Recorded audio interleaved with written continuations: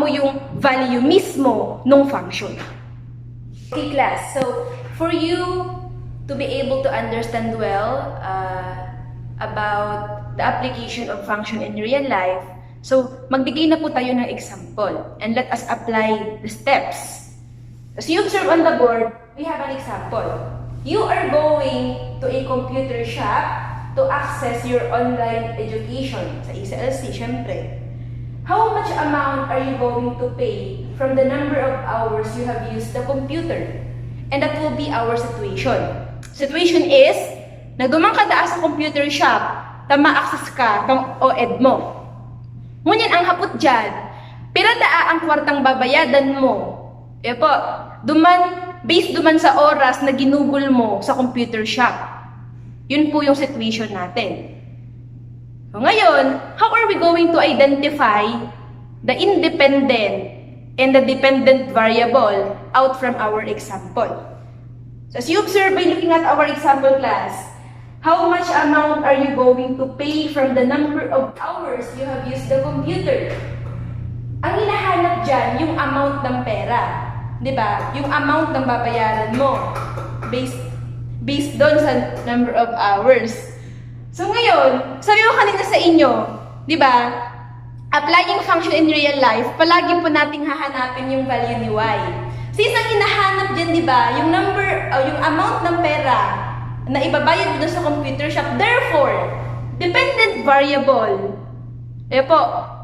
or yung variable y, yung hinahanap po natin is mismo yung amount ng pera. So therefore, yung amount po ng pera, ito po yung dependent variable natin.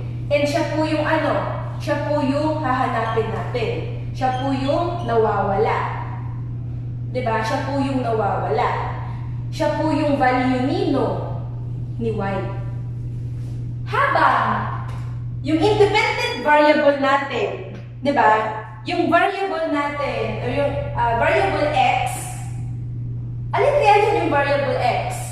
Yung independent variable natin. Yung pagbabasehan po natin para makuha po natin yung mismong value ni variable y, or ni pera, ni amount, or ni function. Okay, you are correct. Kunwari, tadakog ko na naman ka mo. Kaya po, independent variable here is the number of hours. Again, independent variable here is the number of hours. But take note, class. Diba? Sa computer shop, sa computer shop baga, in every hour, may corresponding amount of money. Diba? Sa computer shop, in every hour, may corresponding amount of money.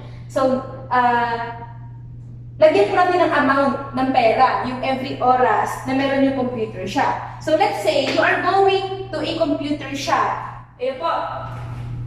that pays an amount of 15 pesos.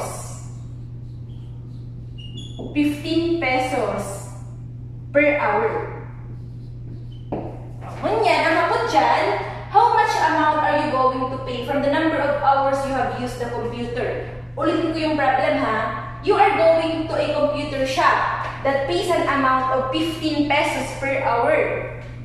Question here is, how much amount are you going to pay from the number of hours you have used the computer? So let's take now yung mathematical equation na kailangan natin i-obtain. Since sinabi ko po sa inyo na yung independent variable natin is the number of hours, so ilagay ko po siya dito. The number of hours, habang yung function o yung mismong value ni y na hahanapin natin, siya po yung amount ng pera.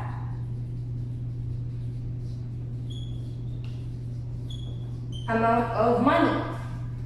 So based from this particular representation or from this particular given, from the example, so we can now obtain class, we can now obtain yung mismong mathematical formula or mathematical equation out from the problem. F of x is equal to 15 pesos, di ba? So we're gonna have 15x. F of x is equal to 15x. And this is now our mathematical equation or the mathematical what? The mathematical formula. F of x or function of x is equal to 15x.